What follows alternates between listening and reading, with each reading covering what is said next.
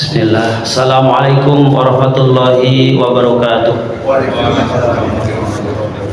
Alhamdulillahi rabbil alamin. Alhamdulillahilladzi hamdan katsiran thayyiban mubarakan fi kama yuhibbu rabbuna wa yarda. Asyhadu an la ilaha illallah wahdahu la syarikalah wa asyhadu anna Muhammadan abduhu wa rasuluh. Allahumma salli wa sallim wa barik ala nabiyyina Muhammad wa ala alihi wa sahbihi ajma'in. Segala puja dan puji hanya milik Allah Subhanahu wa taala. Alhamdulillah, di kesempatan ba'da melaksanakan salat fajar berjamaah, kita bisa berkumpul bermuwajahah di tempat yang mulia ini dalam rangka menambah ilmu. Mudah-mudahan apa yang sudah kita kerjakan diterima oleh Allah Subhanahu wa taala, diberikan keistiqomahan di atas ketaatan kepadanya. Salawat beriring salam semoga tercurah kepada Nabi kita Muhammad sallallahu alaihi wasallam, kepada para keluarganya, kepada para sahabatnya, dan juga kepada kita. Mudah-mudahan diistiqomahkan dalam ketaatan kepadanya. Jamaah yang dirahmati Allah Subhanahu wa taala, kita lanjutkan pembahasan kita masih di bab as-sidq, bab tentang jujur. Hadis nomor ke-57. Bismillah, an Abi Sabit wa qila Abi Sa'id. Dari Abi Sa'id atau sebagian disebut juga Abi Sa'id. Wakila Abil Walid an Suhail bin Hunayf, dari sahabat Suhail bin Hunayf radhiyallahu anhu, dan dia adalah seorang sahabat yang ikut perang Badar. Anna Nabiyya sallallahu alaihi wasallam qala, sesungguhnya Nabi sallallahu alaihi wasallam pernah bersabda, man sa'alallaha ta'ala asy-syahadata, siapa orang yang meminta berdoa kepada Allah untuk dimatikan dalam kondisi syahid, bisidqin, tapi permintaannya itu dengan jujur, keluar dari hatinya bahwa dia ingin mati syahid, ballaghahullahu manazila syuhada'i, maka Allah akan hantarkan orang tersebut mati syahid. Wa in mata ala firashihi, sekalipun ia meninggal di atas kasurnya, sekalipun ia meninggal bukan di medan perang. Hadis ini riwayat Imam Muslim, hadis nomor ke-1909. Hadal hadis dzakarahu mu'allif rahimahullah ta'ala fi babis sidqi wa syahid. Hadis ini diletakkan oleh Imam An-Nawawi rahimahumullah di dalam kitab di bab as-sidq, bab jujur, wa syahid, dan bab syahid, yaitu man sa'alallaha ta'ala asyhadata bisidqin, siapa orang yang meminta kepada Allah agar ia meninggalnya syahid dengan jujur permintaannya. Wa syahidu wa syahadatu martabatul aliyah ba'da siddiqiyah, dan mati dalam kondisi syahid adalah termasuk martabat atau kedudukan yang amat sangat tinggi setelah siddiq. Qala Allah Ta'ala berfirman, a'udzubillahi minasyaitonirrajim, wa may yuti'illaha war rasula, siapa yang mentaati Allah dan Rasulnya, faulaika ma'alladzina an'amallahu alaihim, maka orang tersebut bersama orang-orang yang telah diberikan nikmat oleh Allah. Siapa orang yang telah diberikan nikmat oleh Allah? Minan nabiyina, dari para nabi, wasiddiqina, dan dari para orang-orang siddiqin, orang-orang yang jujur, orang-orang yang benar, wasyuhada'i, setelah orang-orang siddiq baru asyuhada, orang-orang yang mati syahid, wasolihina, dan orang-orang yang soleh. Surat An-Nisa ayat 69. Minha, darinya, asyhadatu bi ahkamillah ala ibadillah wa hadhihi syahadatul ulama allati qala Allahu fiha. Orang yang mati syahid ini banyak macamnya. Di mana keutamaan orang yang mati syahid ini saya tulis dikutip dari kitab Fathul Bari, di mana membawakan hadis Ibnu Hajar Al-Asqalani membawakan hadis riwayat Imam At-Tirmidzi dan Ibnu Majah bahwa lisyahidi indallah situ khisal.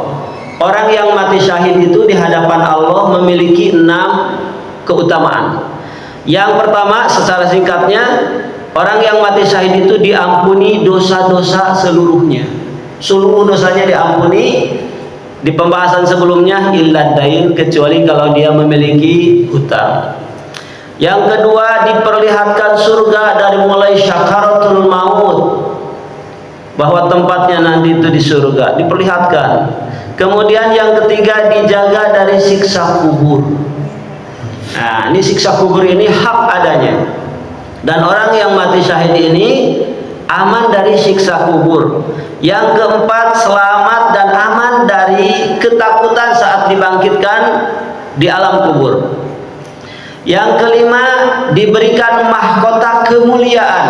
Diberikan mahkota kemuliaan yang mana satu permatanya saja lebih baik daripada dunia dan seisinya. Dan yang nomor keenam, orang yang mati syahid akan dinikahkan dengan 72 bidadari, dan dia diberikan hak oleh Allah Subhanahu wa taala untuk memberikan syafaat kepada 70 keluarganya. Bisa memberikan syafaat kepada ayahnya, kepada ibunya, kepada pamannya, kepada saudaranya. 70 orang dia boleh memberikan syafaat, selama orang yang diberikan syafaatnya itu bukan dalam kondisi kafir atau bukan membawa dosa syirkul akbar. Nah, ini tentang keutamaan apa? Mati syahid. Oleh sebab itu mari kita perhatikan kembali orang yang mati syahid di dalam kitab ini. Yang pertama adalah al-ulama'u, yaitu para ulama. Para ulama tidak syak, tidak ragu lagi bahwa mereka ini adalah orang-orang yang syahid. Mengapa? Sebab para ulama ini adalah utusannya utusan daripada Nabi. Kalau Nabi adalah utusannya Allah, kalau ulama utusannya utusan Rasul. Sebab Nabi tidaklah meninggalkan harta, tidak meninggalkan juga tahta, tapi apa? Dia meninggalkan mewariskan ilmu. Nah, ilmu ini dimiliki oleh para ulama. Para ulama menjelaskan hadza halal wa hadza haram, hadza wajib wa hadza mustahab. Ini adalah perkara haram, perkara wajib, perkara mustahab, dan perkara-perkara agama yang lain.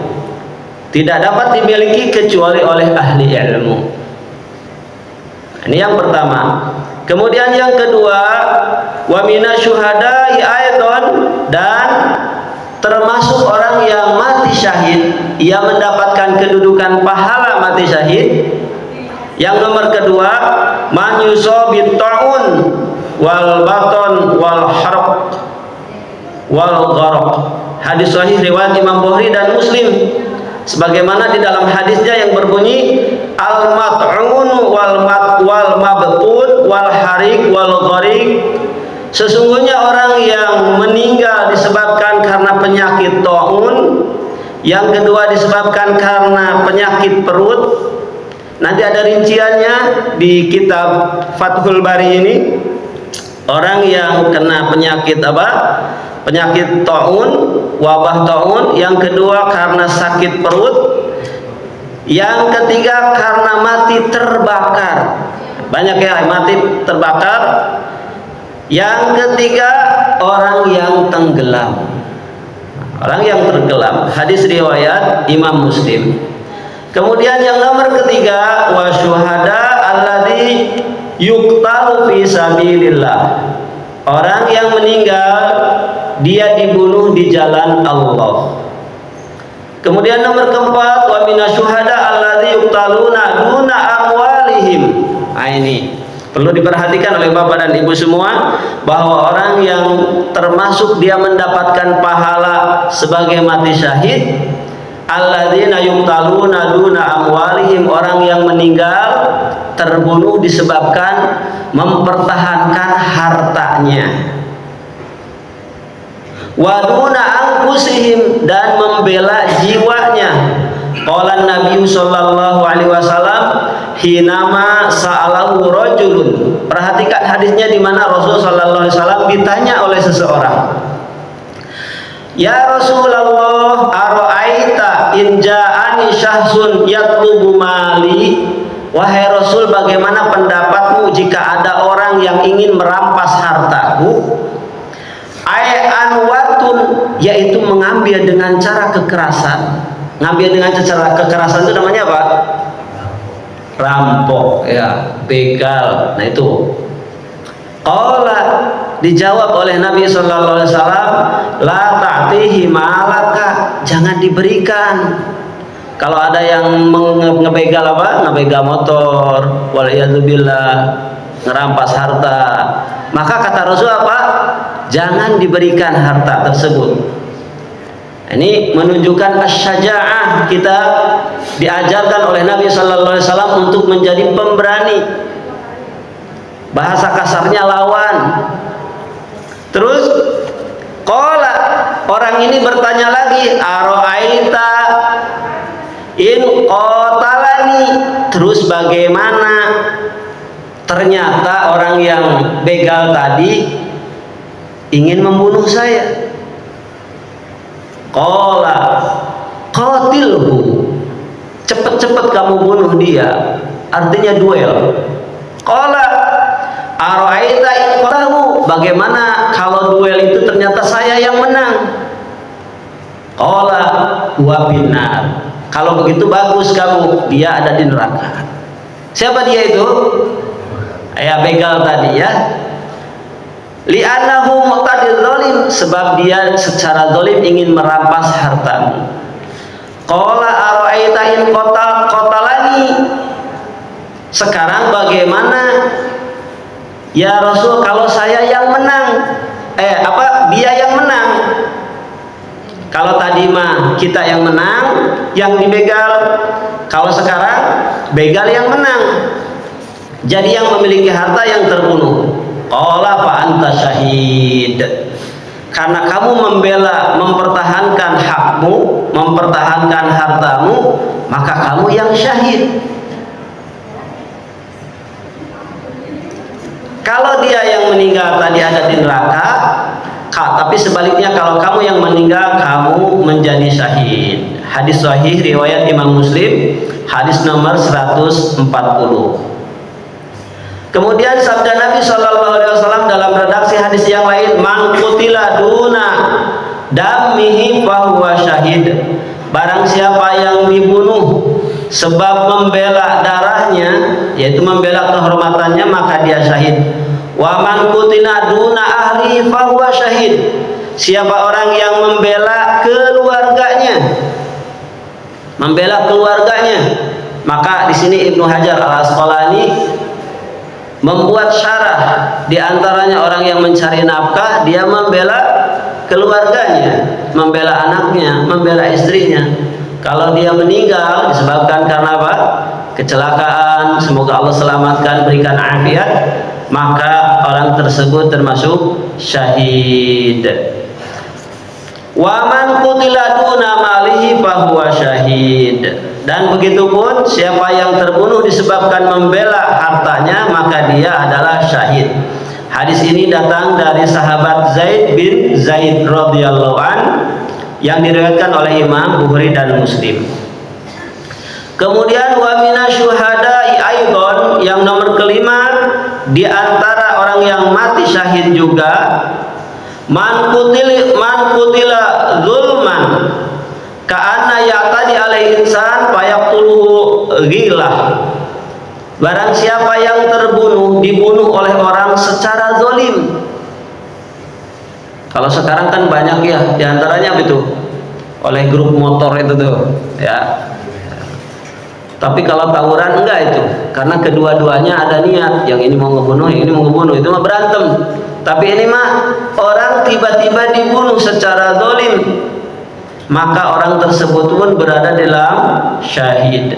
Dan orang yang membunuh tanpa hak, walaupun dia seorang muslim, maka dia akan berada di dalam neraka.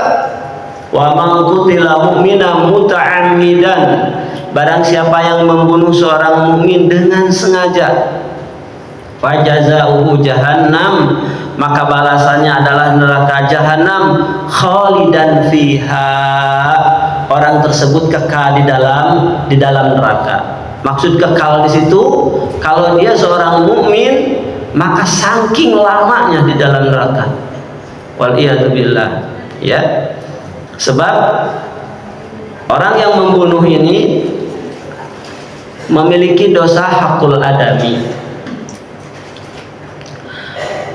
dan yang paling tertinggi dari semuanya itu adalah orang yang meninggal menjadi syuhada, mati syahid, alladzina yuqtaluna fi sabilillah, yaitu orang yang meninggal disebabkan dia berjuang di jalan Allah, menegakkan kalimat Allah, di mana Allah Subhanahu wa taala berfirman di dalam surat Ali Imran, wala tahsabanna alladziina qutilu fi sabilillahi amwata, dan janganlah kamu menyangka terhadap orang-orang yang terbunuh di jalan Allah mereka itu mati.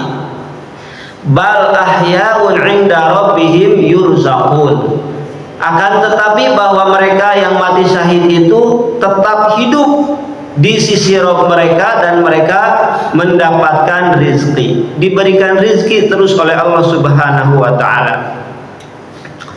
Ini diantara keutamaan orang-orang yang mati syahid.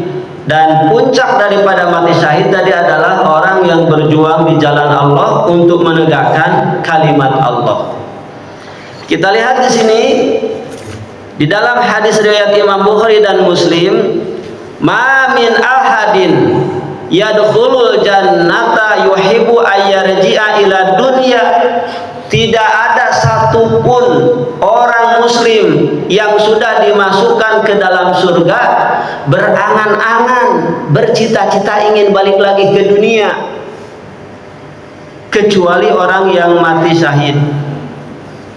Fa innahu yatamanna ayyarji'a, dia ini menginginkan kepada Allah Subhanahu wa taala agar dapat dikembalikan lagi ke dunia. Fayaqtulu asyara marrat, kemudian ia berharap agar dapat terbunuh lagi 10 kali. Lama yara minal karomah, saking besarnya melihat nikmat karomah dari Allah Subhanahu wa taala yang diberikan kepada orang yang mati syahid tadi.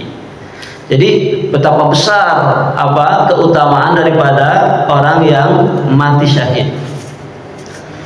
Kemudian oleh sebab itu para ulama membagi orang yang mati syahid itu ada 3. Yang pertama, dia mati syahid dunia dan mati syahid akhirat. Ini yang paling puncaknya. Kemudian yang kedua, ada orang yang mati syahid akhirat, tidak mati syahid dunia. Dan yang ketiga, ada orang yang mati syahid dunia, tidak mati syahid akhirat. Yang pertama, orang yang mati syahid dunia dan akhirat, dia mati di jalan Allah dalam kondisi berperang. Dalam kondisi berperang, maka ia termasuk orang yang mati syahid dunia dan akhirat. Kalau seperti demikian, maka jenazahnya tidak dikafani, tidak dimandikan, tidak dikafani, dan langsung dikuburkan seperti demikian. Dan ini kenikmatan terbesar, di mana orang tersebut tidak akan ditanya di alam kuburnya. Di antara salah satu keutamaan orang yang mati syahid, membela kalimat Allah, berjihad, berperang, dia tidak akan ditanya di alam kubur. Selain daripada itu akan ditanya di alam kubur, dan itu adalah pertanyaan yang mengerikan. Kemudian yang kedua, ada orang yang mati syahid akhirat tapi tidak mati syahid dunia. Maksudnya sebagaimana tadi yang sudah disebutkan, seperti orang yang tenggelam, orang yang apalagi terbunuh karena membela hartanya, orang yang terkena penyakit taun, orang yang sakit perut, maka ini secara akhirat mendapatkan pahala mati syahid. Tetapi secara dunia dia tetap diperlakukan sebagaimana meninggal kaum muslimin biasa, dimandikan, terus dikafani, kemudian disolatkan.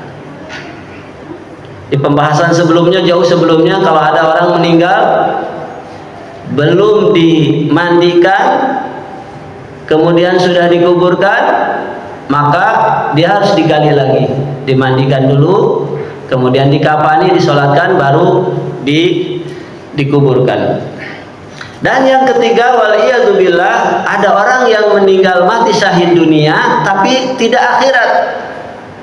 Secara duniawi dia berjuang di jalan Allah, berperang, tetapi hatinya bukan mencari keriduan Allah. Nah, ini tentang apa? Mungkin karena ingin harta, atau yang kedua ingin dipandang menjadi pahlawan, atau yang ketiga bisa saja disebabkan karena apa? Al-gulul. Gulul itu apa? Gulul itu merampas harta rampasan. Harta rampasan perang kemudian ia sembunyikan. Nah, ini namanya gulul. Dia berkhianat. Kemudian kita lanjutkan sekarang di sini, di mana Syekh Al-Utsaimin rahimahullah, fa idza salal insan rabbahu, bagaimana kalau ada kita berdoa kepada Allah, kalau begitu meminta untuk menjadi orang yang mati syahid, baik laki-laki maupun perempuan. Umpamanya, Allahumma ini as'aluka syahadatan fi sabilik, ya Allah, wafatkan saya menjadi orang yang mati syahid di jalanmu. Maka hal yang demikian tentu dibenarkan dan justru menjadi mustahab, dianjurkan. Sebagaimana Imam An-Nawawi rahimahullah di dalam syarahnya kitab Syarah Sahih Muslim, qala An-Nawawi, berkata Imam Nawawi, fihi istihbabu su'ali syuhada, perkara yang demikian itu menjadi mustahab, dianjurkan untuk meminta kepada Allah, berdoa agar diwafatkan menjadi mati syahid. Wa istihbabu niyatul khair, dan ini adalah salah satu anjuran untuk senantiasa menjaga niat dalam berbuat kebaikan. Sebab Allah Subhanahu wa taala di dalam hadis datang dari Abu Hurairah, innallaha la yanzuru ila aswarikum, sesungguhnya Allah tidak akan memandang kepada bentuk fisik kalian, kepada warna kulit, kepada kedudukan, tidak. Akan tetapi yang dipandang oleh Allah apa? Ma fi qalbikum wa amalikum, apa yang ada di dalam hati kalian dan amal kalian.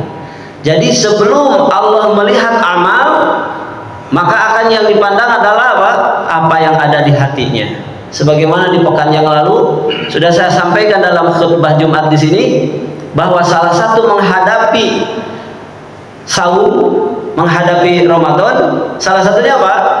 Berniat dari mulai sekarang untuk melakukan amal-amal soleh di bulan Ramadan. Contohnya, saya berniat akan menjalankan tarawih, saya akan banyak membaca Al-Quran, saya akan banyak bersedekah, saya akan banyak berzikir. Seperti begitu terus. Dengan niat begitu, di dalam hadis yang sahih riwayat Imam Bukhari dan Muslim, bagaimana? Idza hamma, apabila seseorang berniat bihasanatin, untuk melakukan amal kebaikan, falam ya'malha, tapi tidak tidak ditakdirkan mengerjakannya karena terhalang, maka kataballahu indahu, maka Allah akan menuliskan di sisinya hasanatan kamilatan, sudah sempurna di hadapan Allah, ia mendapatkan amal kebaikan. Jadi sudah mendapatkan amal kebaikan secara sempurna walaupun baru niat. Wa in amilaha, kalau niatnya tadi diamalkan, maka Allah akan tulis menjadi 10 kali lipat kebaikan, bahkan sampai menjadi 700 kali lipat, bahkan lebih dari itu. Maka berniatlah dari sekarang bahwa saya akan berbuat baik, saya akan melaksanakan ini, saya melaksanakan ini, saya melaksanakan ini. Ini diantara keutamaan yang diberikan oleh Allah Subhanahu wa Ta'ala kepada umat Muhammad Sallallahu Alaihi Wasallam. Kita melihat berapa agung dan mulianya orang yang mati syahid, maka memintalah kepada Allah, terutama di bulan Ramadan nanti. Sebab di dalam hadis yang sahih, ini riwayat Imam Ahmad, Ibnu Majah, Imam At-Tirmidzi, salah satu da'watuhum la turad. Ada 3 golongan orang doanya yang tidak ditolak. Doanya apa? Tidak ditolak. Yang pertama al-imamul adil. Yang pertama pemimpin yang adil. Yang kedua as-shaim hatta yuftir. Orang yang berpuasa sampai dia berbuka. Dalam redaksi yang lain, indal iftar, saat hendak berbuka atau ketika berbuka. Maka saat berpuasa perbanyaklah doa, perbanyak meminta kepada Allah Subhanahu wa Ta'ala. Di antaranya minta apa? Minta diwafatkan menjadi mati syahid.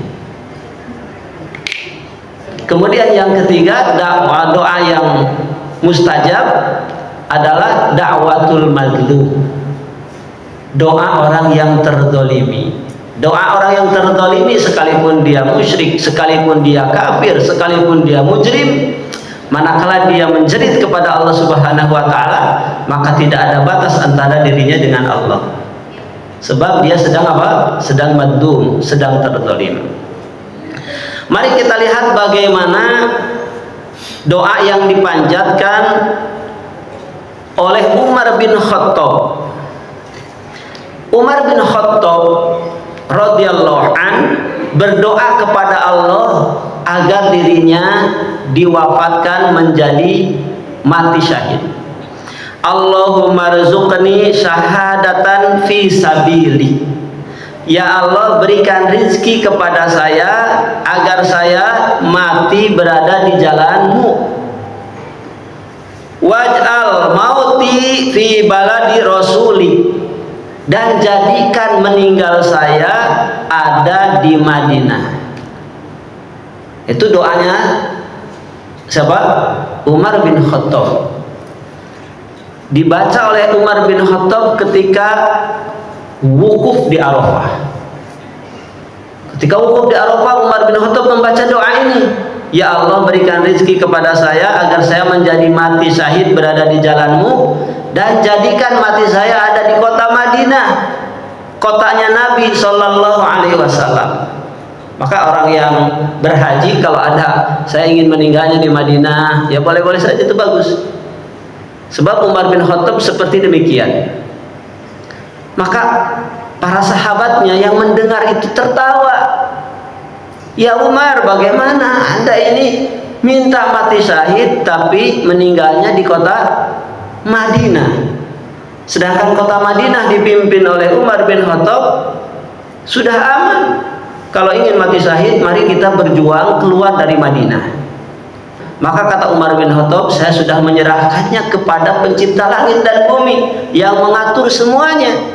Urusannya dengan Allah, bukan dengan makhluk. Maka kalau ada di antara kita yang waliyadzubillah suka ada, perkara saya ini terlalu berat, mana mungkin selesai dengan doa, la haula wala quwata illa billah. Apa? Perkara saya terlalu berat, nggak mungkin selesai dengan doa. Ini menghina kepada Allah. Padahal doa ini adalah bentuk ibadah.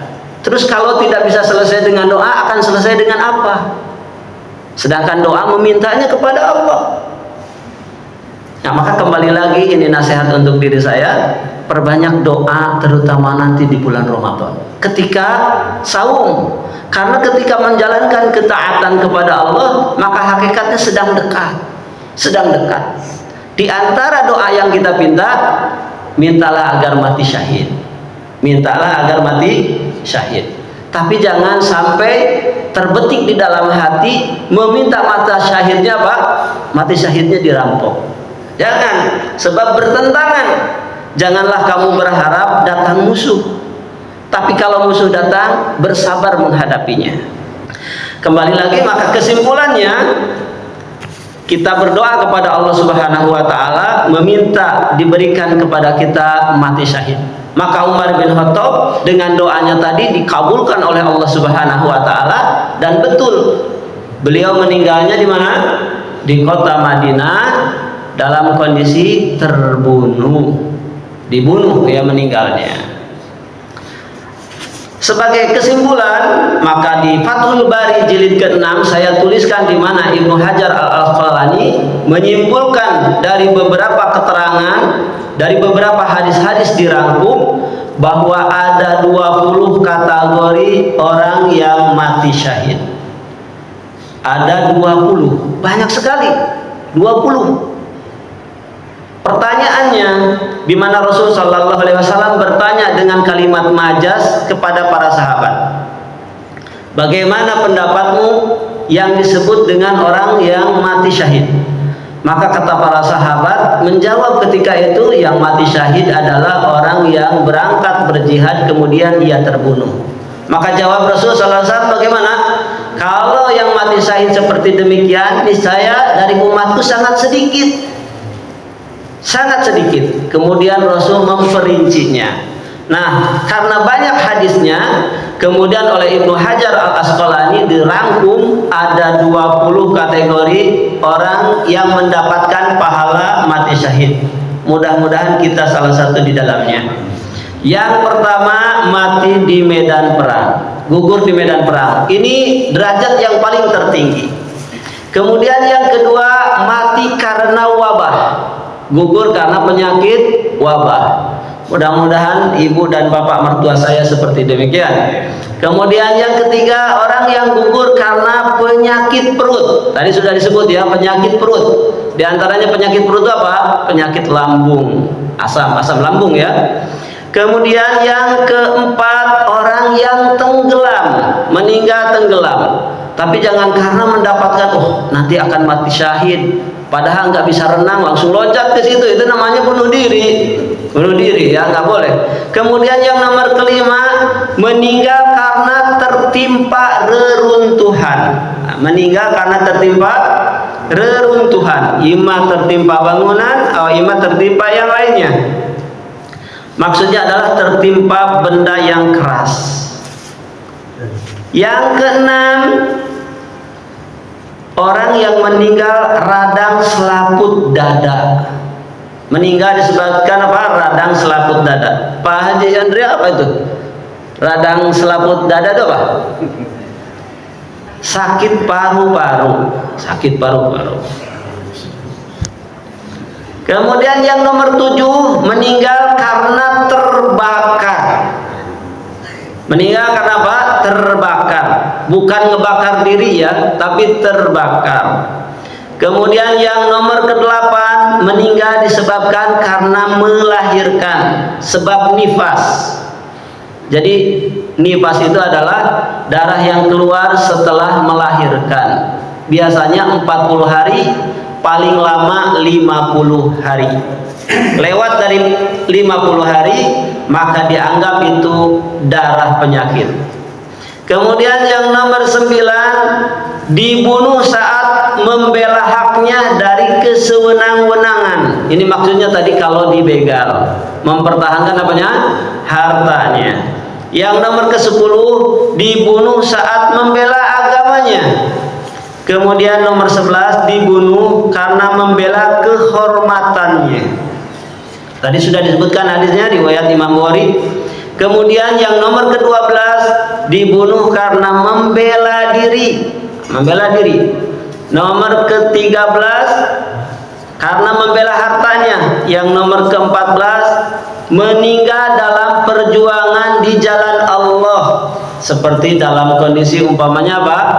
Umpamanya ketika sedang belajar, ketika sedang mencari ilmu, nah itu di jalan Allah. Ketika mengajar, seperti demikian. Kemudian selanjutnya meninggal karena penyakit yang terkenal. Apa penyakit yang terkenal? Umpamanya stroke. Terus apa lagi tuh yang orang takut, yang suka di kemo itu Pak? Kanker, atau mengerikan ya. Yang nomor ke-16 orang muslim yang meninggal dalam kondisi diasingkan. Diasingkan. Itu sangat menyakitkan, diasingkan tuh.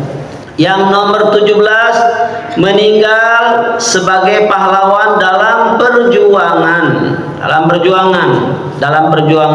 di jalan Allah. Nomor ke-18 meninggal karena terjatuh dari unta dan kuda. Dari unta atau dari kuda. Siapa sahabiah yang meninggal dari atas tunggangannya? Namanya Ummu Haram binti Milhan, istri daripada Ubadah bin Samit. Ya, terjatuh dari tunggangan unta atau tunggangan kuda. Yang nomor ke-19 meninggal karena digigit binatang berbisa. Seperti digigit ular kobra, digigit apa lagi? Digigit kalajengking. Yang nomor ke-20 meninggal di tempat tidur. Meninggal di tempat tidur. Maksudnya apa ini? Meninggal di tempat tidur sebagaimana tadi hadisnya sudah disebut. Jadi barang siapa yang meminta kepada Allah agar meninggal mati syahid dengan jujur, maka Allah akan sampaikan dia menjadi mati syahid. Wa in mata ala firashihi, sekalipun meninggal di atas kasurnya. Jadi sekalipun meninggal di atas kasurnya, sekalipun ia meninggal dalam kondisi tidur biasa, manakala hatinya menginginkan, berharap kepada Allah Subhanahu wa taala agar disampaikan untuk meninggal mati syahid, maka Allah Subhanahu wa taala hantarkannya. Disebabkan apa tadi? Niat, sebab niat. Oleh sebab itu dalam hadis yang lain, niatul mukmin ablaghu amalihi. Niat seorang mukmin itu lebih sampai duluan daripada amalnya. Atau niatul mukmin khairun min amalihi. Niatnya orang mukmin itu lebih baik dari amalnya. Amal siapa? Saya dulu waktu memahami hadis ini sulit itu. Kok kenapa niatnya orang mukmin lebih baik dari amalnya? Kalau gitu udah tak usah beramal, niat saja. Apakah seperti begitu? Ternyata bukan seperti demikian. Jadi hi-nya itu domirnya adalah ke orang Yahudi. Niatnya orang mukmin itu lebih baik daripada amalnya dia orang Yahudi. Di mana orang Yahudi membuat sumur sehingga sumurnya itu diambil manfaatnya oleh manusia. Semua orang mengambil air dari buatan orang Yahudi tersebut. Sedangkan orang mukmin tidak. Maka diadukan kepada Nabi Shallallahu Alaihi Wasallam. Kata Rasul, niatul mukmin dengan niatnya saja khairun, itu lebih baik min amalihi, daripada amalnya orang-orang Yahudi. Seperti demikian. Baik, mungkin ini yang bisa disampaikan tentang apa? Tentang hadis nomor ke-57 tentang meminta kepada Allah dengan jujur agar diwafatkan menjadi mati syahid. Kalau ada yang mau bertanya, dipersilahkan. Ya.